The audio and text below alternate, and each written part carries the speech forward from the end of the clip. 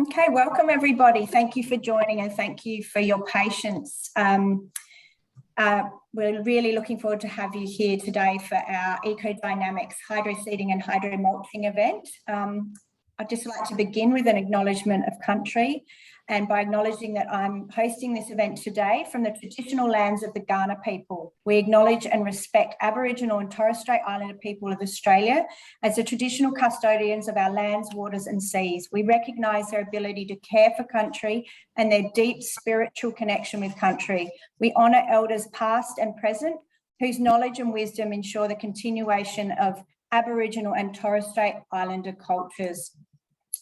I encourage you all to get involved with National Reconciliation Week events and activities this week, and bring your attention to the theme this year being Be Brave and Make Change. So I hope you are all embracing this theme over the coming week and beyond.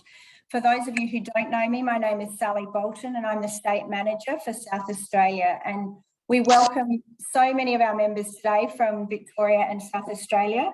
AILA SA and AILA Victoria are delighted to be hosting this CPD session with our state partner, ecoDynamics, and it's great to have everyone here today. If I can just ask everyone to mute, it seems that some people's are not on mute, and we can just get a little bit of feedback through that. So thanks everyone.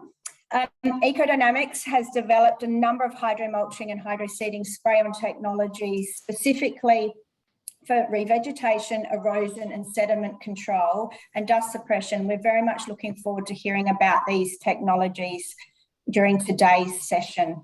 We're joined by Oliver Norton, Business Development Manager, and Josh Eaton, Southern Territory Revegetation Manager from PGG Wrightson, along with Ashley Spain, State Manager, ecoDynamics New South Wales, and Jason Davenport, General Manager, ecoDynamics Services. Chris Francis, the South Australian ecoDynamics State Manager, is an apology today. So ecoDynamics will provide a general overview about specifications, and then PGG Wrightson will cover technical detail about applications and the products. So please pop any questions into the chat box and we will try and cover these off at the end. We'll also be sharing some links to the recording for the event afterwards, and if we don't cover off on anything, we can try and answer your questions via email afterwards. So I'll now hand it over to Ashley Spain from ecoDynamics. Thank you, Ashley. We look forward to the presentation. Thanks, Sally. And yeah, look, thanks very much to the South Australian AILA chapter for facilitating this event, and welcome to all the members from the Victorian chapter as well. Look, today, guys, I'm filling in on this presentation for Chris Francis, our South Australian manager, who's unable to be here on short notice for very good reasons. But I'm very happy to be able to jump in and offer my experience with hydromulching and hydroseeding. Just as a background, I'm currently the New South Wales Manager for ecoDynamics Landscaping. We conduct landscaping, hydromulching and hydroseeding projects over here. I've been in New South Wales for 6 years, but before that was the Economic State Manager for ecoDynamics in South Australia. So I do have a reasonable understanding of the South Australian perspective, and work pretty closely with Chris Francis with regards to the hydroseeding and hydromulching operations that those guys do over there. So just bear with me as I will be reading to these slides a little bit. They were put together by Chris, so just bear with me as I talk to them. I'll start by doing a quick chat through some discussion on hydroseeding and hydromulching before I hand it over to Josh and Ollie from PGG, who will talk more specifically to products and a bit more of the technical side on the application of hydromulching. But what I really want to talk to initially is what to consider when specifying hydroseeding and hydromulching application on projects. So it's a bit of a background.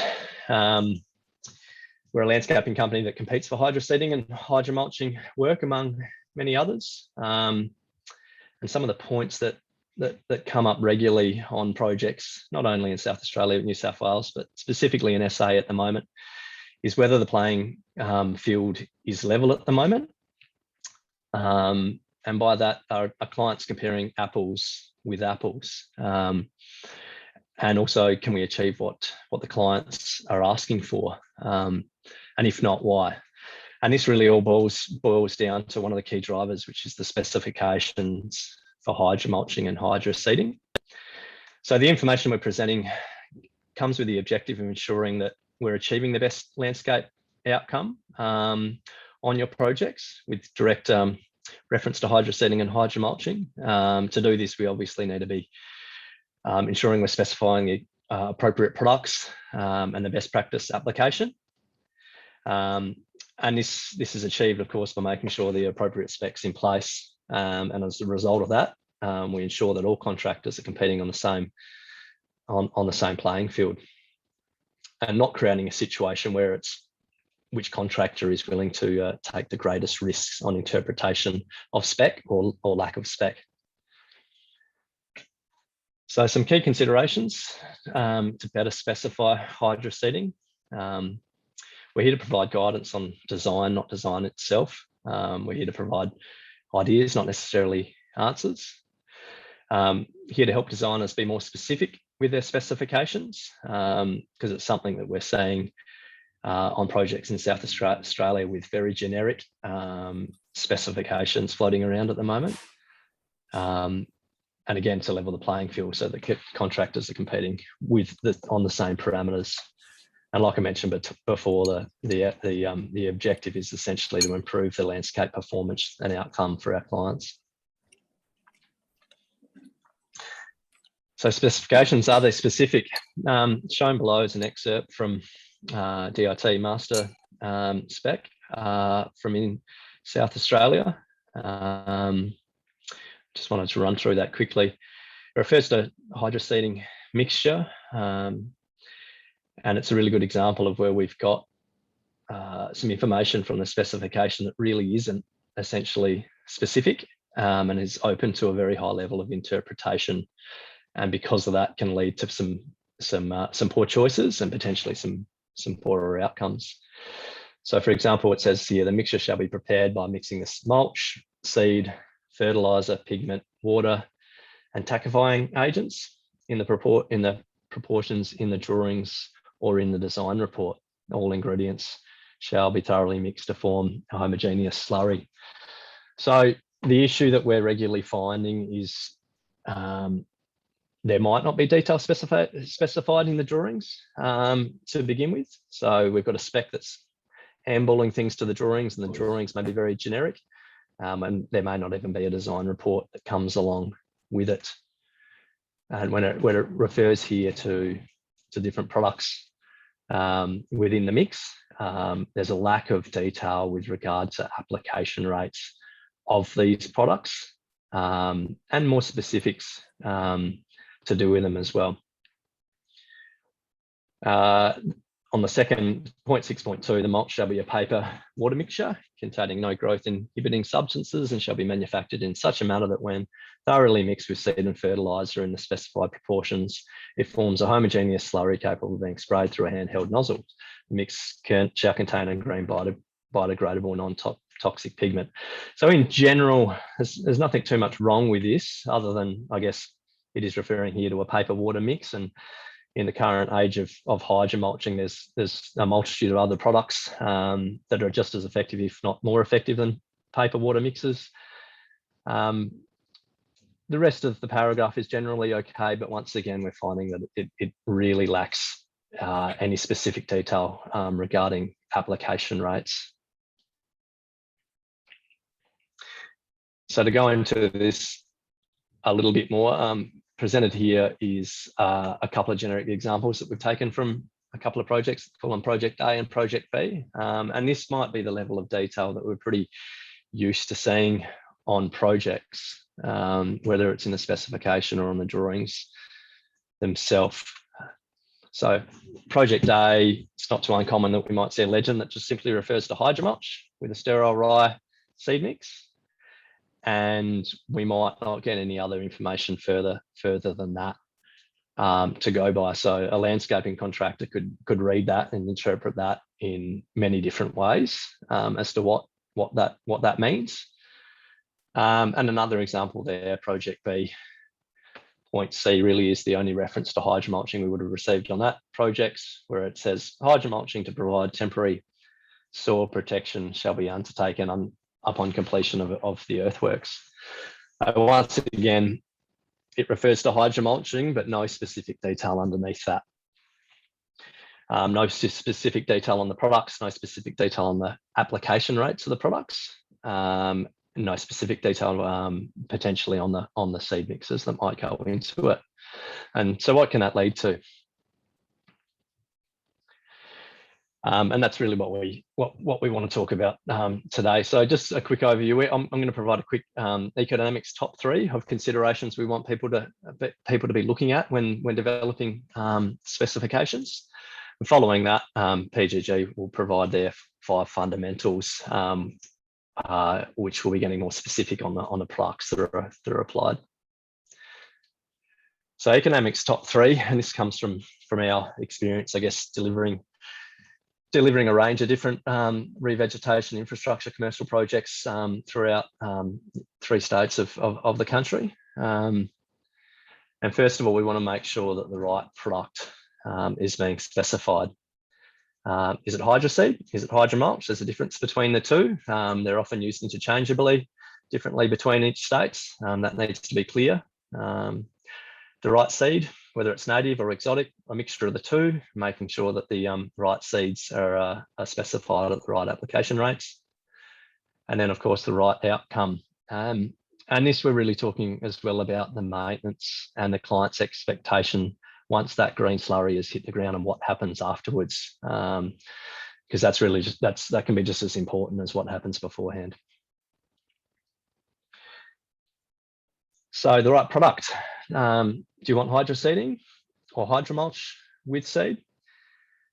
When we think about traditional landscape items such as planting, potted plants, we generally have fairly specific details within specifications that are there to ensure you get the right outcome, that plant thrives in the landscape it's built in. And that often might gear around making sure the right mulch is applied at the right thickness. You know, if you don't have enough mulch, you don't have sufficient water retention. If you don't have enough mulch, you have a whole heap of weeds that can come through.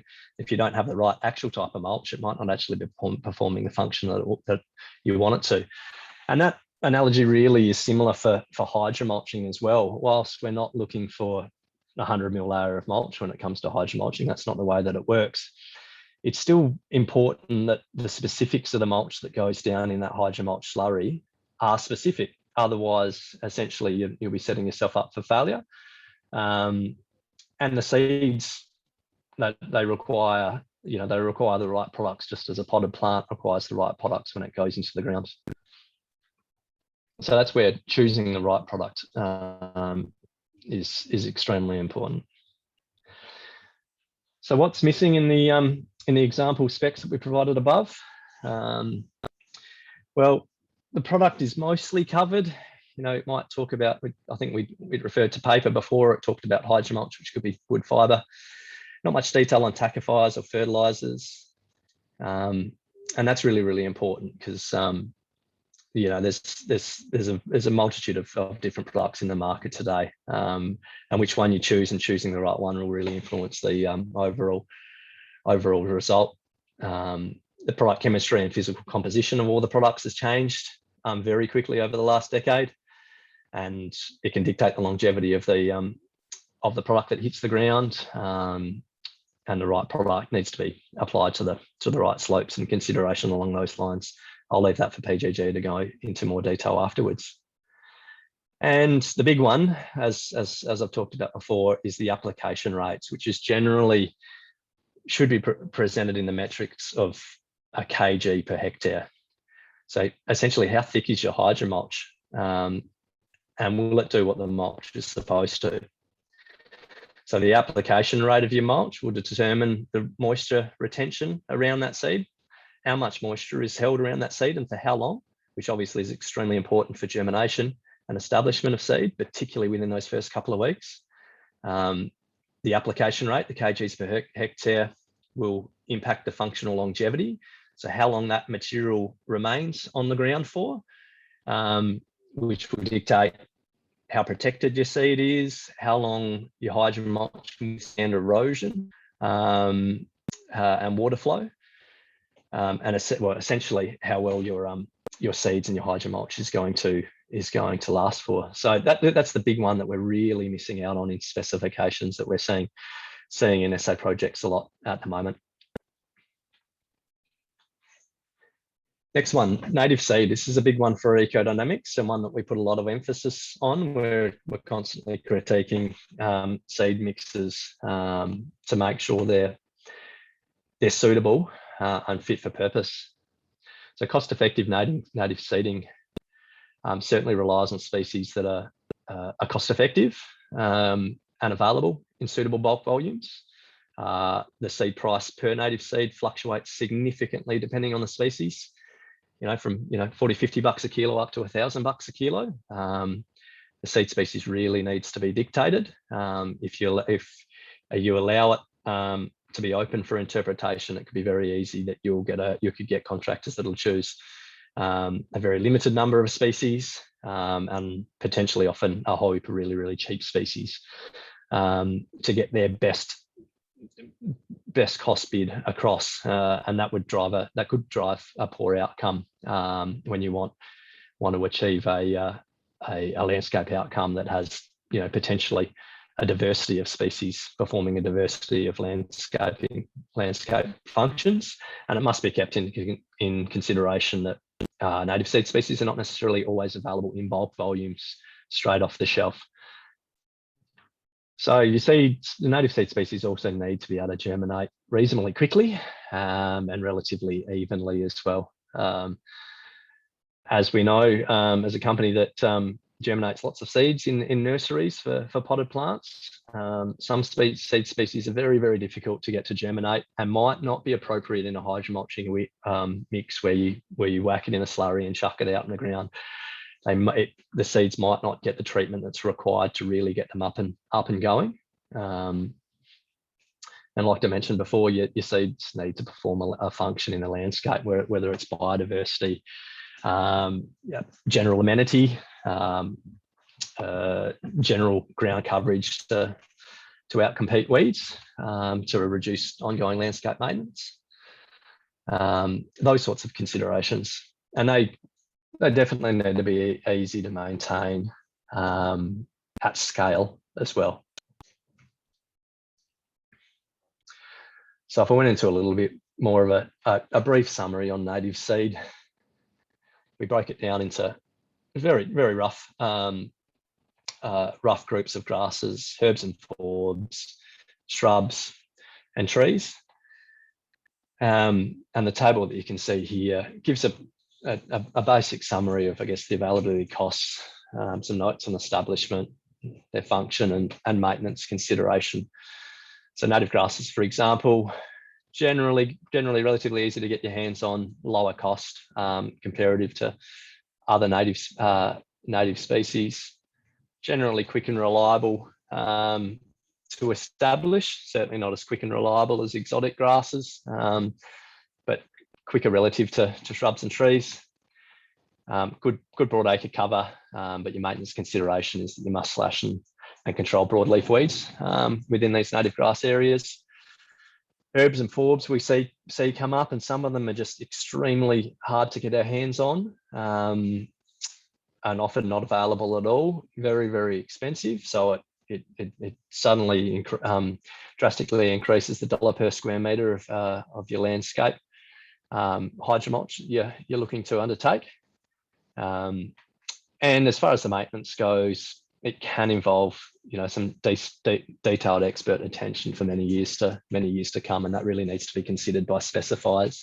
You might have a landscaping contractor that's maintaining your area for 1 to 3 years, sometimes less, and you really need to think about who's going to be looking after it afterwards, so you're not setting yourself up for a weed-laden landscape. Shrubs, canopods, legumes, those sorts of things. Very good options in South Australia, sort of medium price, generally quick to establish, and you know, it's as relative as well. Quick's not 1 to 2 weeks. It could be 1 to 2 years. They can produce really good structural vegetation.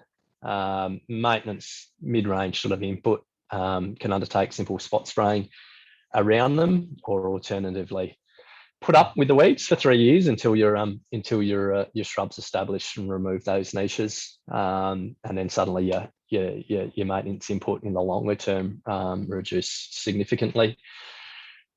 Trees sort of cost a little bit more again. Establishment in the dry parts of the country can be hit and miss. It's a lot easier up in the eastern states towards New South Wales, but South Australia can be hit and miss, particularly when we're considering the seasonal application of when they're put down. Function for canopy, and maintenance, again, similar consideration. Consider similar input as shrubs above. So we really want some good consideration in these aspects when specifying the different sorts of native seeds that are being used. And look, our other top three is maintenance. We put a lot of emphasis on the maintenance of our landscapes, because traditionally we're looking after projects that do have those longer term maintenance periods, but we do find that the specifications around maintenance on projects are often geared towards mulch beds and planted area, and not so much the detail as to what's required into the hydromulch areas. And it is important to address this, because otherwise, again, you may have contractors that are bearing risk on maintenance within hydromulched areas if it's not specific as what's needed. You know, some might take that as do not much, others might take that as do a whole heap. So there needs to be some guidance within the specification about, you know, what the outcome is that the client wants, what intervention levels need to be there for weeds, whether it's important to put in that high level of intervention, or whether or not we're going to live with the weeds with the understanding that after, you know, 2, 3, 4 years, if the shrubs and the native species get established, and after that the weeds will take care of themselves. Zero maintenance is difficult in South Australia though. Annual cycles mean high fuel loads every summer, and the set and forget method can be problematic, and you know, can create these issues where you've got annual weeds coming up in winter, drying off in summer, and then you might have a batter that's been hydromulched that's left with dry stalks of broadleaf weeds and annual grasses that are left there, which can be a problem. So there needs to be some detail within the specification as to what needs to be done about these sorts of weeds.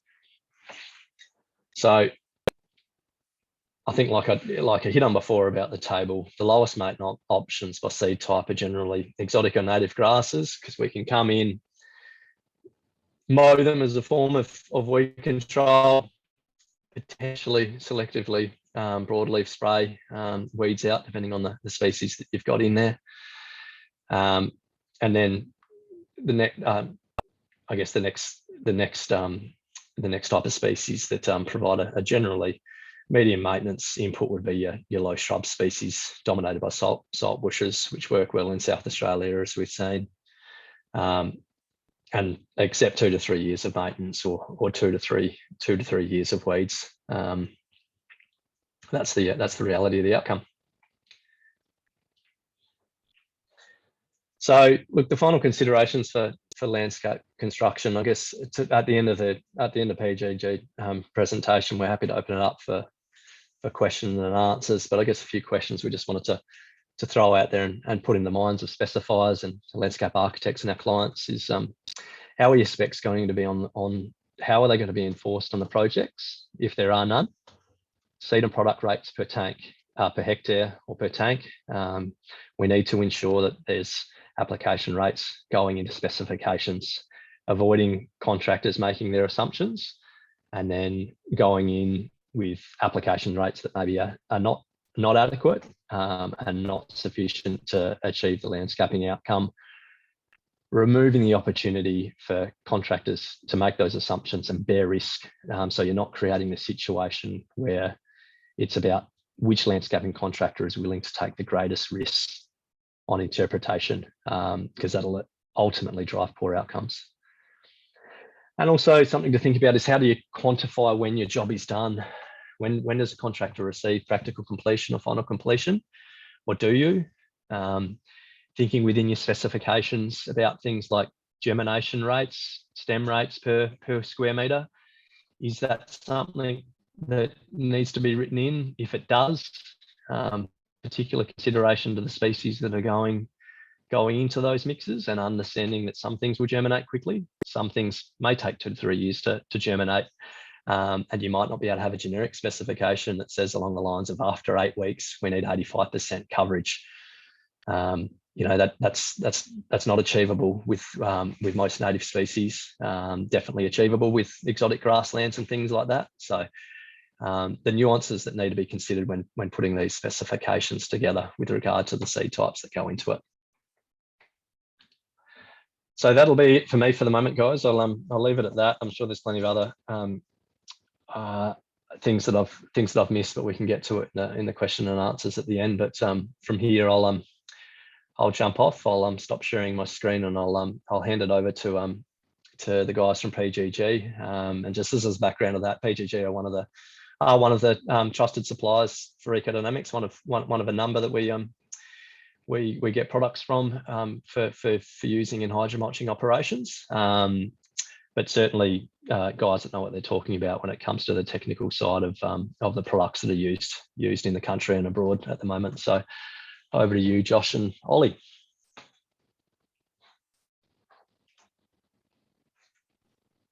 Thanks, Ash. Just bear with me, mate, as I take my unshare my screen.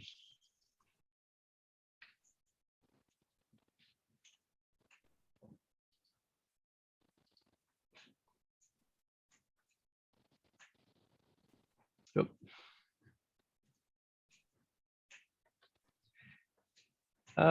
Can you guys still see my screen, or has it disappeared from your end? We can still see it.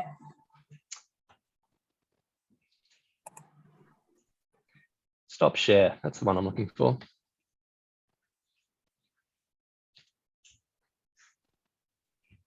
Will that allow you, Josh or Ollie, to bring yours up now? Thanks, Ash. I'm just trying to get the right screen to share. Bear with me, guys. No problems, mate.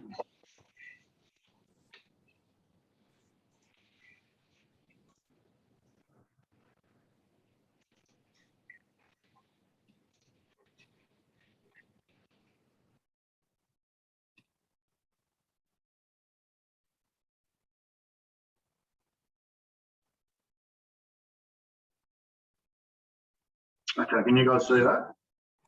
We can see your desktop, not the presentation. Right, so on screen, my apologies.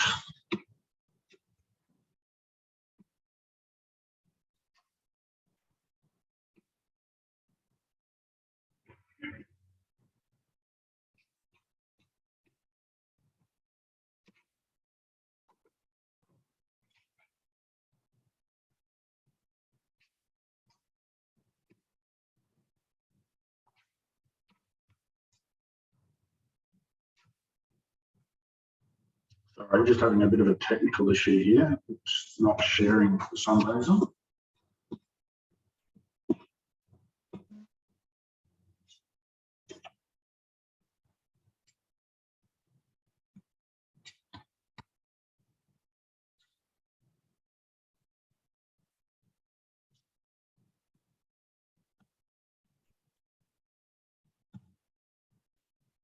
How about now?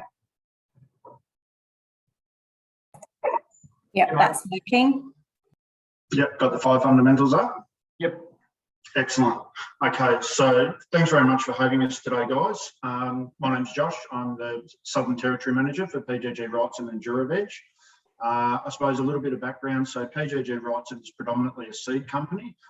And we also have our division Duraveg, which is a revegetation brand which provides hydraulically applied erosion control products and biotic soil medias. So the crossover there is sustainable erosion control we consider to be grass. Other hydraulically applied erosion control methods are typically temporary until that vegetation establishes and provides a sustainable erosion control. So what we have today is our 5 fundamentals presentation on sustainable vegetation in successful land rehabilitation. So going through our 5 fundamentals just briefly is our first fundamental is creating optimal soil conditions, picking the right plant species, which Ash has touched on pretty thoroughly today, which is great. Selecting the correct erosion control material, or as we've been discussing today, the correct hydromulch for the fit for purpose for the job. Ensuring proper installation, where ecoDynamics come in, they're an installation crew, they install the products and do it very well. And then the follow-up inspections and maintenance, which again, Ash touched on pretty thoroughly as well, which is also good. So our first one, creating the optimal soil conditions. So we do that by testing the soil. We evaluate the soil facility. It provides us a basis for amelioration recommendations, and it helps ensure appropriate plant selection, which again, Ash has sort of was speaking about, you know, not all plants are going to thrive well in different areas. And by doing a soil test, we can help predict the probability of the desired outcome. So it's about creating realistic expectations. And that also comes as a time frame as well, which Ash was speaking about also. So in the soil test, we're looking for texture type, and whether it's silt, sand, clay, pH levels, organic matter levels, NPK, nitrogen, phosphate, potassium, as well as, you know, some others that are quite important but I often get overlooked. Dissolved salts, electrical conductivity, cation exchange. When soils are imported to some of these major projects, there's no guarantee that the soil hasn't come from a contaminated area. There's no guarantee that the soil has any nutritional value whatsoever. So doing a soil test right at the start is very important. Now, on a large project, you might need to do multiple soil tests across the site. You know, the soil conditions can change, and as I said, if soil's been imported, we've got no idea what's actually going on under the ground unless we do that test. So we run all our data through our PSQ program. This is an online program that anybody can have access to. Anybody can log in and register for free. We send our soil samples across to America to our profile lab, which is actually an independent lab, but they test for everything that we've spoken about, and then they come to us with I suppose a step-by-step guide of how to improve the soils. And in that will be what fertilisers we need, what soil neutralisers we need, whether we need any growth stimulators and enhancements, and whether it's practical to use an engineered soil to either replace topsoil or improve the existing topsoil that's already on site. So we have Progenex, which is our biotic soil media that can be applied via the hydromulching trucks that the guys use to do the erosion control products. And it's the most advanced engineered soil media. It's thermally refined. It's clean. It's virtually a clean compost that has no seed bank. There's no issues with importing weeds or contaminants that you might see in other topsoils. So Progenex is made up predominantly of bark and wood fibres. Again, they're very clean and they're loaded with all the good components that you need in soils. Biochars, carbon, beneficial bacteria, humic acid, some seaweed extract, and it also has some POS-linked biopolymers that help with the guys to actually apply those products and help it stick to the banks a bit better, so as it doesn't wash away. So why use a BSM or a biotic soil media? So ideally, a soil would contain between 3 and 5% organic matter. Now, typically in the disturbed soils that we see on site, it's less than 1%. So improving that soil is crucial to having a good long-term result. So you would need truckloads, copious amounts of organic materials or composters to increase the organic matter up to that 3 or 5%.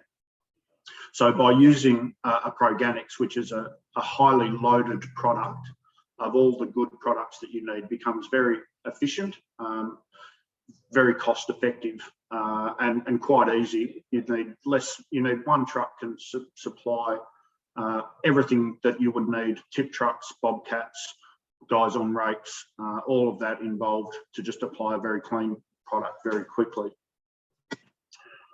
So new to our range is a Progenex Dual. So this is a product that provides both the biotic soil medias as well as an erosion control.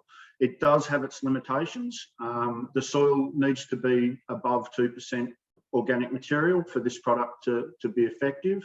And it also taps out on some of the steeper batters, which we'll go into a little bit more with our performance pyramid of our hydraulically applied erosion control products and hydromulches. We also have available online our Progenex calculator. So this can help calculate the cost of what a conventional 100 ml of topsoil would cost. All those red digits in there can actually be changed into your cost. So the cost of your topsoils and compost, how much it would cost you to get it to site. And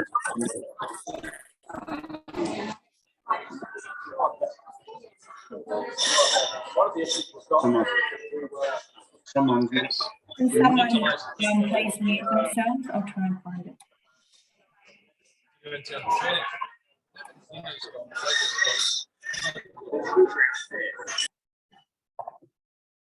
Sorted.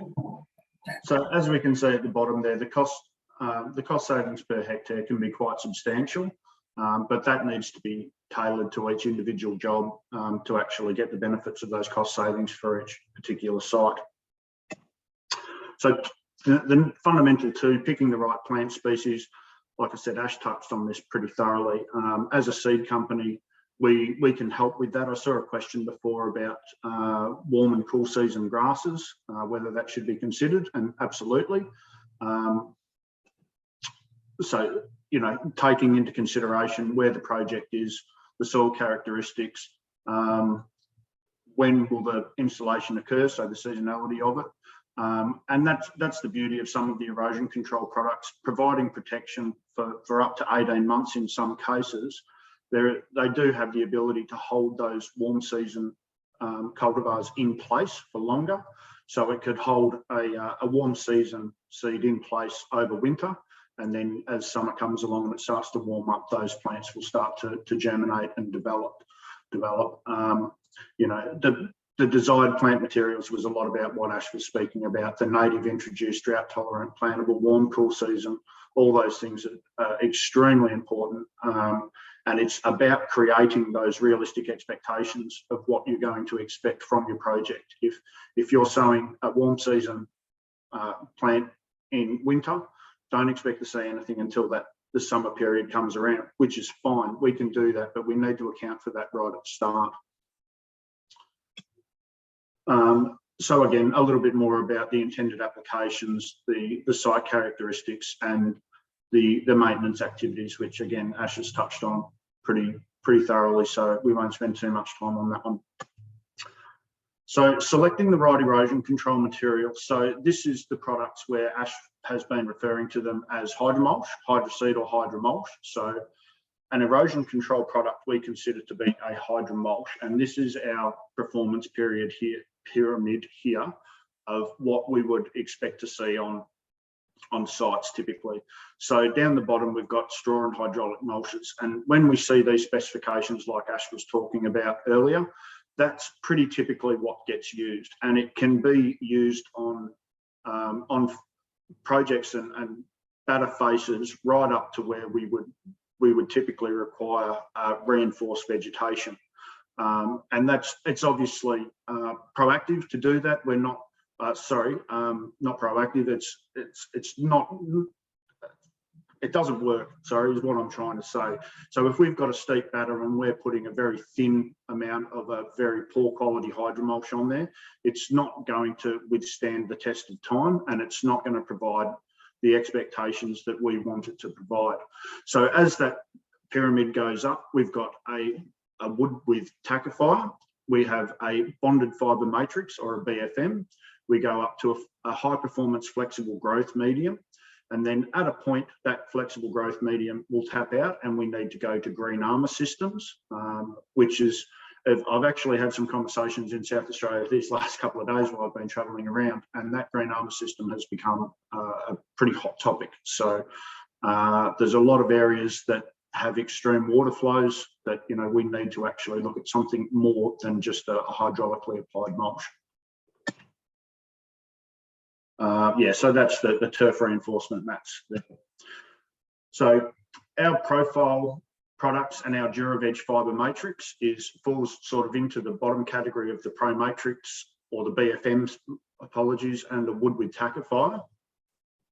And a little bit of information on that. So it's 100% wood fibre with the addition of a premium tackifier. It has an organic polysaccharide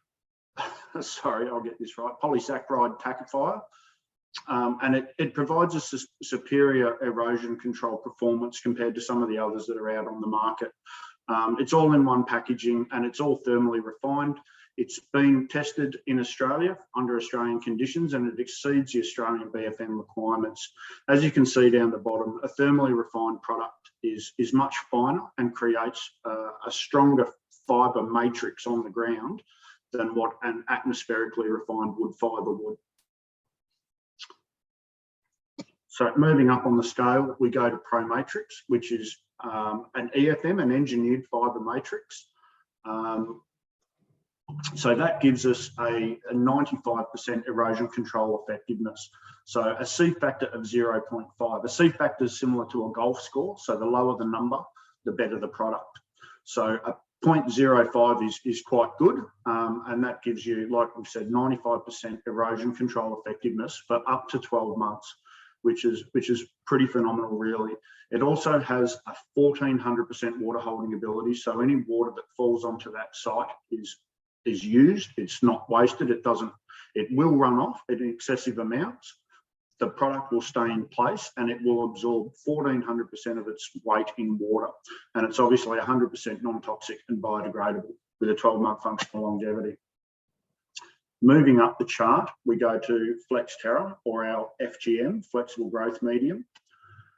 So that has a 99% erosion control effectiveness and gives you a C factor of 0.01. There's no cure time on this product. So from the second it hits the ground, it's providing you with erosion protection. So if you've got critical slopes, that you've got soil that has been put on and it needs to be protected, it can be done straight away and it will provide you erosion protection if you were to have a rain event in that evening or afternoon.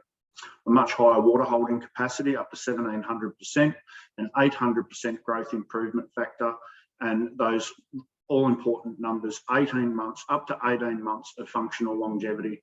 So that's 18 months of erosion control protection on the batters whilst we are waiting for that seed to germinate and become our sustainable erosion control. So when you look at some of these projects that are done in some pretty arid areas, rain comes few and far between, that 18 months functional longevity is critical and crucial. And obviously, like all our products, 100% non-toxic and biodegradable. So a little bit of a visual there on what C factor looks like. So the picture on the left is a straw blown product. And as you can see, it has a very high C factor. So that meaning that the soil can actually run through all that matrix that's there and not provide great erosion control protection. On the right, we have a very low C factor. You can see there that it creates a very good fibre matrix that actually protects the soil that's underneath, holds all the seed in place, and like I said, 18 months of protection from that, and gives your seed the best opportunity to germinate. So this is our data sheet. There's probably a lot there to take in, but you know, all our products have this on the back of every bag. So the guys on site, the project managers, can actually do a visual to make sure that the right products are being applied. and at the correct rates as well. Yeah, so moving on to our reinforced vegetation or our green armour product. So the green armour is a nylon woven product, and it is filled with the Flex Terra that again will provide you an instant protection against high flow water volumes. So this is the type of instance that it can be used. This is a project in Papua New Guinea, and you can see the results. So it allows for good germination to come through, and with no effect to the growth of any of the products at all. But the critical part of this is actually the 4.9 metres per second critical velocity, and that is on just the product, the green armour product with no vegetation. So just the nylon weave or the Futerra matting and the Flex Terra in it. Once it's vegetated and looks like this, we increase to a 6.1 metre per second critical velocity. So if you have any projects where you think this may be applicable, we can run this through our CAD program. We can provide you with all the information you need on actually tying down the product, how to install it, what rate of Flex Terra or product needs to be put into it, what functional longevity you're looking for, and we can give you a document that you can include into a specification. So moving on to fundamental number 4, ensuring proper installation. Now this is something that Ash was sort of touching on a little bit earlier. You know, it's not just ensuring it's been installed properly, but ensuring that the correct products have been used as well. So if you're specifying a product to provide erosion protection for 18 months, that they are using the right product and that it's been applied at the correct rate in the correct way.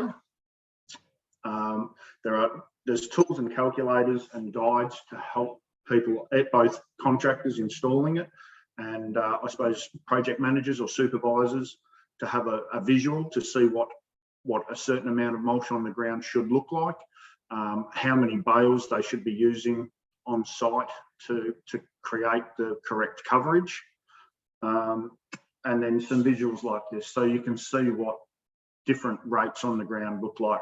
You know, if you're paying or you've specified 4.5 tonne per hectare, and it looks like the top left photo, you know that it's not being applied correctly, and that, you know, like Ash mentioned earlier, you're not comparing apples with apples. You may have a price that's substantially cheaper, and that could be the reason why. A little bit more on proper application. A good contractor would not let this happen. This can come down to a bit of laziness sometimes. There's 2 ways to apply the products, both 1 with a hose or 2 with a cannon. Now, applying a product with a cannon from the bottom of the battery, you can get what is on the right-hand picture there of the improper application and poor coverage. We call that shadowing, and that happens when the product has been applied from a single direction, especially spraying up or down a batter. That can happen very, very easily. So the guys actually need to make sure they're dragging the hoses out, getting up onto the sites properly and installing it properly. The turf reinforcement mats have a similar, very critical approach to application. So it all must be applied via a hose and sprayed directly down into it, as you can see these guys doing here. As great as it would be to just hit that with a cannon and save time and money, it's crucial that that Flex Terra fills up that reinforcement mat to provide the correct protection for those critical flows that you may see in those areas. So our last fundamental is the follow-up inspections and maintenance practices. And this is one, like Ash was alluding to before, can be overlooked sometimes. A 3-month maintenance period is often not enough. You know, some of these native seed projects could take up to 18 months to germinate, hence why we have products that last that long. So it's pretty important that the site is inspected regularly across the length of the whole project. So if we've set those expectations early on that this project could take up to 18 months to achieve what we need it to do, then the maintenance and inspection follow-up needs to be done routinely over the next 18 months. We can't just tick a box at 3 months and say, yep, the job's been done. because we need to make sure that what we expected to happen early on is actually happening out on site. So we have a spec builder, which if you guys are writing your own specifications, this might not be applicable, but this is a very simple spec builder program that has about 12 or 15 drop boxes. So you can select different products, different scenarios, right down to how much seed and what seed you want to apply into the mix. And then that comes through to you as a Word document, which you can then edit and save as a PDF and include into a specification, and can become a hydromulching erosion control specification for each individual project, and it can be done very quickly. It could be done by project managers or landscape architects on site very quickly and very easily for each section as they need to run through the job. So it's a few pictures here. There's not too many we've got, but this is a project here that was done in Victoria on the level crossing removal projects. So this was a Progenex Flex Terra project. It was done in the heat of a very hot, dry summer period. And initially they did get some germination, but the summer sort of cooked that out pretty quick.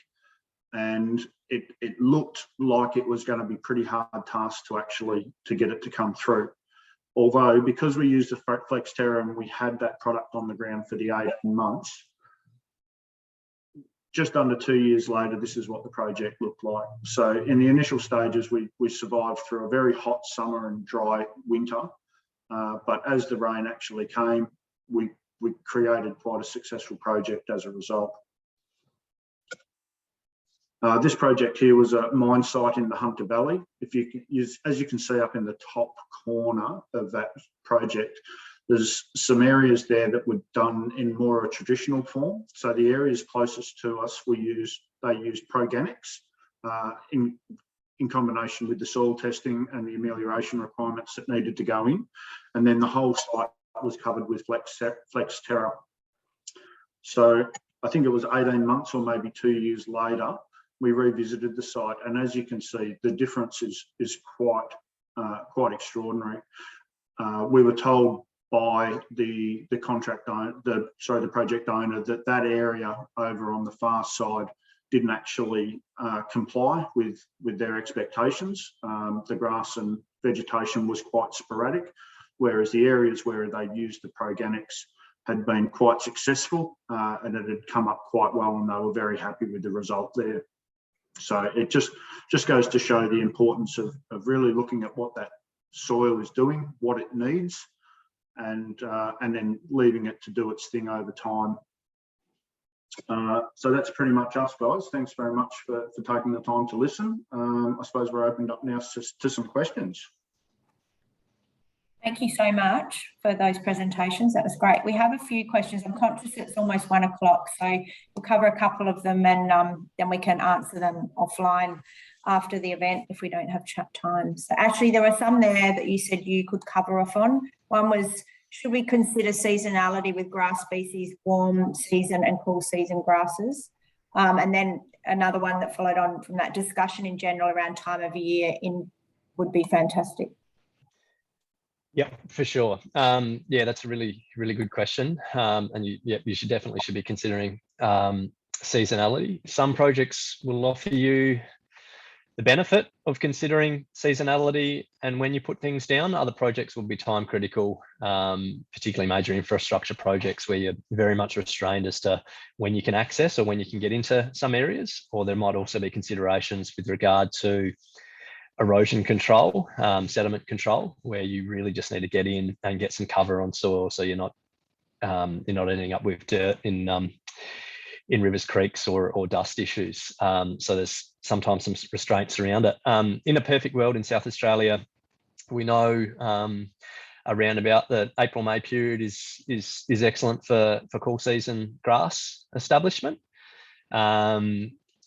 and there's also an ideal window, provided you've got reasonable spring rains coming up around that August, September, early springtime without pushing too late. This is considering natural rainfall. If you've got a project where you've got assisted watering, then that obviously changes things as well, and that's something that needs to be considered once again when specifying. So, yeah, look, exotic grass species have got their benefits between winter and summer application, and so do native species. Your C3, C4 native grasses will have better times to be applying. Again, at the cool seasons might be around about that sort of March, April, May period. Warm season, August, September, even October if it's remaining wet, as the best time. If you don't have that window of opportunity and you just need to get things down, that's when things like functional longevity of your products that you're using really comes into play. So like Josh was talking about, some of those products that you saw pop up will have increased functional longevity. Rather than it being a product that lasts for 6 months, it might last on the ground for 18 months before it starts to break down and is no longer holding that seed in place or protecting that soil. So yeah, if you've got a job that you know is time critical, it might be a rail project where you're going to get locked out, you need to get in, you need to get those batters covered. That's where specifying a product that gives you, I guess, more risk management, more functional longevity, it's going to last longer, and you can potentially then throw your cool and your summer season grasses within that mix, knowing that that product will last longer. And once it does come around to the ideal time for germinating, your seed's still there. Obviously, germination of seeds will reduce over time when it's sitting in that mulch material. But using those more engineered products allows, at least it gives you a better opportunity for those seeds to be hanging around a lot longer until their ideal season comes along. Because lots of species are dictated by very numerous environmental factors, but definitely overnight and soil temperatures, which is really dictating when particular sort of seeds are going to germinate and grow. It also brings on to the point about cover crops within your native seed mixes as well. Cover crops are usually annual exotic grasses that are there for the purpose of short-term stabilization, and we throw them into the mixes to come up at that particular seasonal time, whether it's a cool season or warm season, holds the soil together, gets some root growth through, provides some protection while you're waiting for your natives to come through. That, as we've talked about, can take those 6 months to 2 or 3 years even for some of those species. So that's where you really want to start considering about your cover crops, your seasonal cover crops that you're throwing into your mixes as well. Thanks, Ashley. I think that leads into one other question, and please feel free to leave if you need to go, around as a landscape architect, I prepare the documentation, but I'm not an expert in creating specifications. Is there a consultant that will write specification that reflects the time, planting, soil, local climate, etc., to include in the documentation? And I'm just wondering if people have questions like that. I've pasted Chris Francis's details into the chat box because he said to follow up with him if you've got any questions at the end of the session. Are they the sorts of things people can make contact with you about to get guidance on the exact specifications? Yeah, 100%. Well, look, Josh touched on it before, and PGG really do know their stuff when it comes to that sort of spec building sort of thing. Contractors such as ecoDynamics, obviously we need to be careful. We're not going to be pushing for brand names or ecoDynamics or anything like that to be built into specs. We don't want to reduce we are an applicator at the end of the day, but we are more than happy to field questions. Email myself or Chris at any point in time if you want to just shoot some questions regarding specifications. We're more than happy to provide our collective advice as a company that's worked around the country. But there are other external mobs we can point you in the direction of as well to help with that. For sure, we do realise it becomes technical. Yeah, excellent. And then one final question is, do you have any suggestions to prevent birds from eating the seeds after application? Whether it is something additional we can use during installation to prevent this, or additional maintenance we need to allow for? Yep. I might throw it back open to Ollie and Josh in a second with this one as well. They might know something about seed pre-treatment or coating that might assist with that. It is a problem. Same with insect predation when you leave seeds in a mulch mix over time as well. That can really start hitting into your seeds and reducing your viability and your germination success. Once again, if you've got a specification that is specific on your kg per hectare of the mulch that you put down, and it's putting a nice, decent layer, and by decent layer, we're generally talking at minimum around about 2,500 or 2.5 tonne to the hectare of mulch material or more.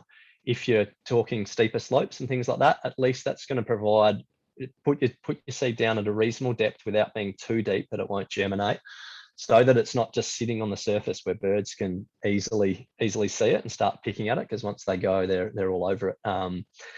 It is inevitable to an extent, particularly with your exotic grass species. But if you know you've got that problem, at least you can potentially allow for maybe some increased kg per hectare of your seed application rates that takes that into account, knowing that you might get 10-15% of bird predation that happens onto your seeds. But yeah, Josh and Ollie, I'm not sure if you know much, if you've got any insight into coatings or other techniques for reducing that bird attack. Yeah, simple answer is no, but as in it's an issue and it will always be an issue. You'd hope a couple of things that, yeah, when you're blending the seed in the tank with the hydromulch, a lot of it is being buried amongst the hydromulch and the birds can't access it. We do have a bird deterrent grass seed called Progenex, which is a high endophytic grass, which comes via a perennial ryegrass or tall fescue. So only gives you really options in cool seasons or as cover crops, which quite simply the birds eat, or animals for that like, and they don't like the taste. They get a bit nauseous, and it's a learning behaviour, and they simply don't come back. But it would only be applicable to certain projects, and it's an expensive grass, so you're not going to be using it everywhere, and not every scenario would work for that grass either. Thanks, Oliver. One final question, Ashley. You talked about the optimal timings for South Australia. How much does that vary for Victorians, given we have lots of people from Victoria online, or is that? Look, generally, I've worked in Vic and SA, and Jace might chime in. He's from ecoDynamics Services in Victoria here as well. But from my experience, look, SA and Vic is similar. With that sort of hot summer, cool winter, and rainfall patterns generally reasonably similar. Vic can be a little bit more forgiving, particularly in that spring application and those those wetter periods into spring. Adelaide can turn really quickly, around that sort of October period where it just browns off brutally, and can be quite harsh.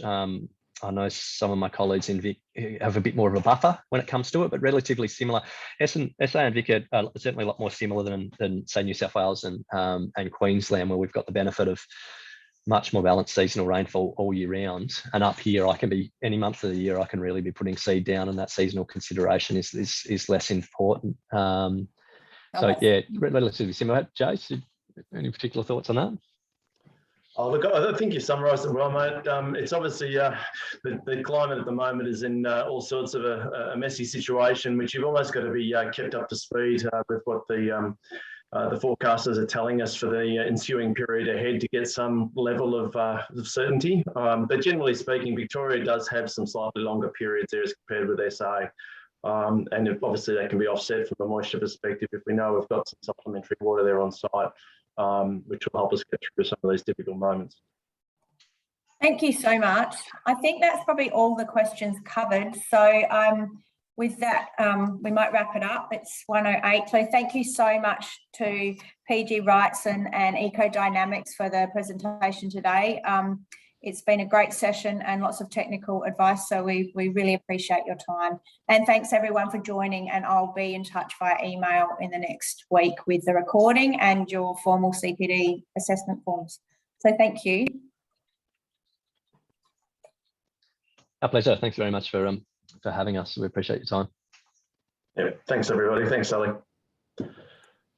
Thank you.